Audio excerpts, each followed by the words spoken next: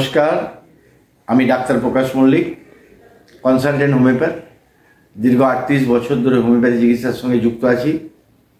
আজকে একটা বিষয় নিয়ে কথা বলবো, সেটা হলো যে দীর্ঘদিন বাঁচা। রবীন্দ্রনাথ বলছেন যে এই সুন্দর ভুবনে বাঁচি বাড়ি যায়। সত্যি কথা বলতে কেউ আমরা মরতে চাই না, যদিও জানি যে মানুষ মরণশীল, কিন্তু তবুও বাঁচার অদম্য ইচ্ছা।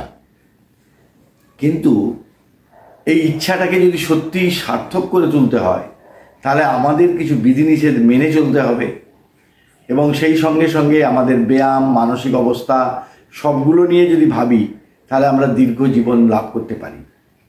এখনও পর্যন্ত যেরকম সমীক্ষায় দেখা যাচ্ছে, সারা পৃথিবীতে জাপানিরা বেশি দিন বাঁচে। এবং জাপানিরা কেন বেশি দিন বাঁচে?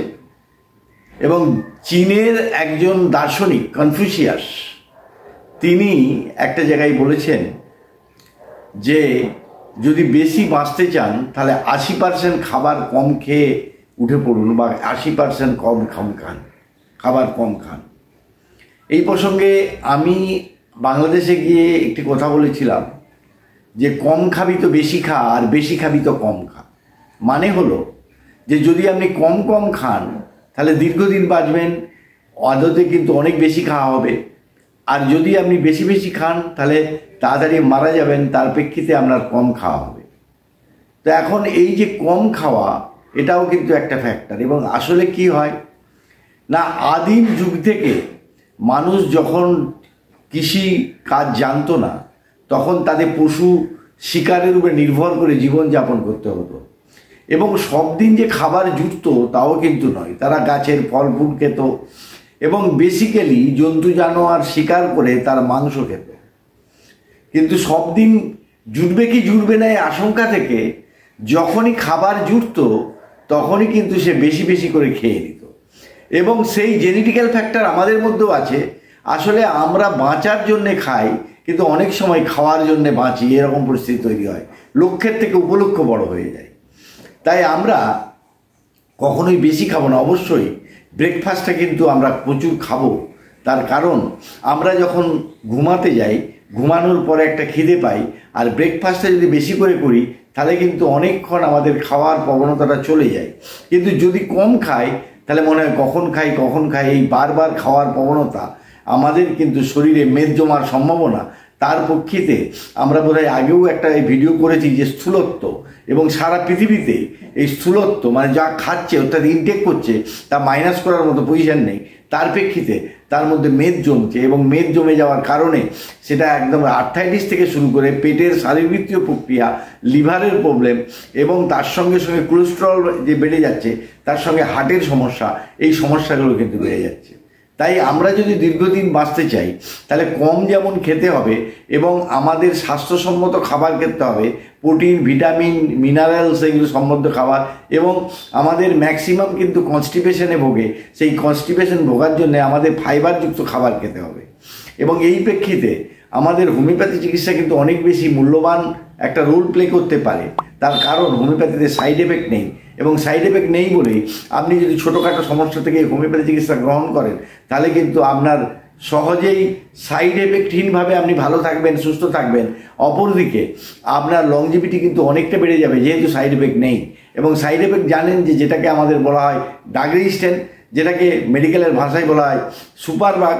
তার প্রেক্ষিতে আমি আগেও বলেছি যে এর প্রেক্ষিতে ওয়ার্ল্ড হেলথ অর্গানাইজেশনের একজন ডাইরেক্টর বলছেন আগামী দিনে ক্যান্সারের থেকেও ভয়াবহ হতে পারে ড্রাগ রেজিস্ট্যান্ট।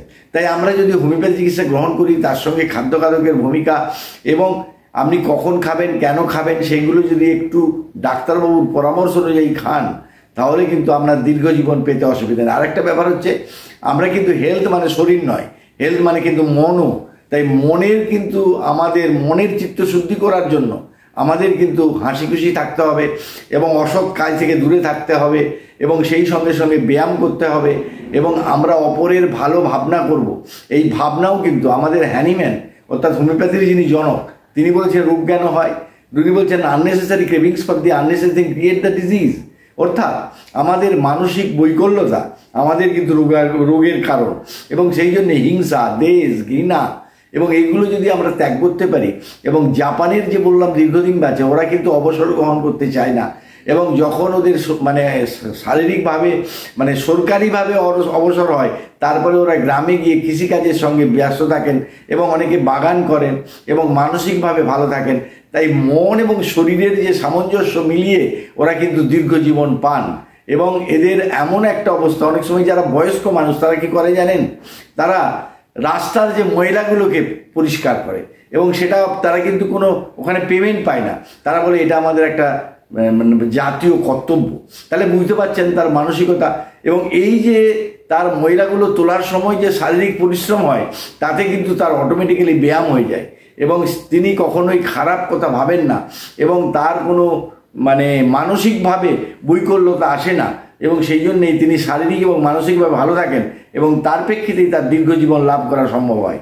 তাই সেই জন্যই আমি বলতে চাই যে মানুষ, আমরা যদি দীর্ঘজীবন লাভ করতে চাই, আমাদের কর্মক্ষমতা এবং কর্ম করার প্রবণতা, পরিশ্রম প্রিয়তা এবং সেই সঙ্গে সঙ্গে মানসিক প্রবৃত্ততা রক্ষা করাও আমাদের একটা প্রয়োজন হয়ে পড়ে যদি দীর্ঘদিন। আসলে মানসিক দুশ্চিন্তা, হতাশা, আমাদের আকাঙ্ক্ষা, সেইগুলোও কিন্তু আমাদের ওই দীর্ঘ বেঁচে থাকার ক্ষেত্রে একটা অন্তরায় হয়ে দাঁড়ায়।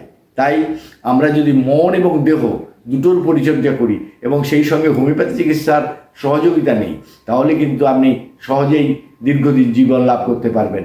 এবং আপনি এই যে বেঁচে থাকাটাকে আবার আমরা কিন্তু ভাবি যে অনেকে আশীর্বাদ করেন যে আপনি বেঁচে থাকুন, কিন্তু যদি আপনি অসুস্থ হয়ে বেঁচে থাকেন, সেই বেঁচে থাকা ওই জন্য আশীর্বাদ করি আমি ব্যক্তিগতভাবে যে বোধময় জীবন পাও। যে জীবনের বোধহীনতা এবং যে জীবনের মানে একদম প্যারালাইজড হয়ে পড়ে থাকা, সেটার তো কোনো মানে নেই।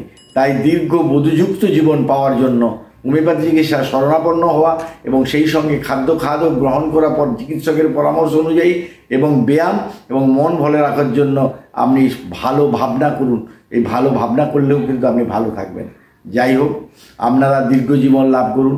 এবং অনেক সময় বয়স্ক লোকের সংখ্যা অনেক বেড়ে যাচ্ছে, কিন্তু তার মানে এটা ভাববেন না যে তার কোনো প্রয়োজন। আসলে বয়স্ক মানুষের অভিজ্ঞতা আমাদের নতুন নেশনকে এগিয়ে নিয়ে যেতে সাহায্য করে। বয়স্ক মানুষ ওল্ড ইজ গোল্ড, এবং সেই ওল্ড ইজ গোল্ডকে যদি সত্যিকারের দেশের জাতীয় স্বার্থ রক্ষা করার জন্য তাদের অভিজ্ঞতা আমাদের অনেক সমৃদ্ধ করতে পারে। এবং ইভিন কেউ যদি জীবনে ব্যর্থ হয়ে থাকে, সেই ব্যর্থতার মধ্যেই সাফল্যের চাবিকাঠি আছে। Failure is the pillar of success. সেই ব্যর্থতাকেও যদি আমরা লক্ষ্য করি, তাহলে কিন্তু আমরা আমাদের জীবনকে আরও মধুময় করে তুলতে পারবো। কালাম সাহেব বলছেন, আমাদের যে রাষ্ট্রপতি ডক্টর আব্দুল কালাম বলছেন যে সাফল্যের ইতিহাস পড়ো না, ব্যর্থতার ইতিহাস পড়ো, তাহলে তুমি সফল হতে পারবে। যাই হোক, আমার ভিডিও এখানেই আমরা শেষ করছি। আমাদের ডক্টর প্লাস চ্যানেল যদি আপনার ভালো লেগে থাকে, লাইক করবেন, কমেন্টস করবেন, শেয়ার করবেন এবং আপনাদের যদি কমেন্টসে কিছু প্রশ্ন থাকে সেগুলো পাঠাবেন। আমরা আমাদের সাধ্যমতো তার উত্তর দেওয়ার চেষ্টা করব। যাই হোক, আপনারা ভালো থাকুন, অপরকে ভালো থাকতে সাহায্য করুন। নমস্কার।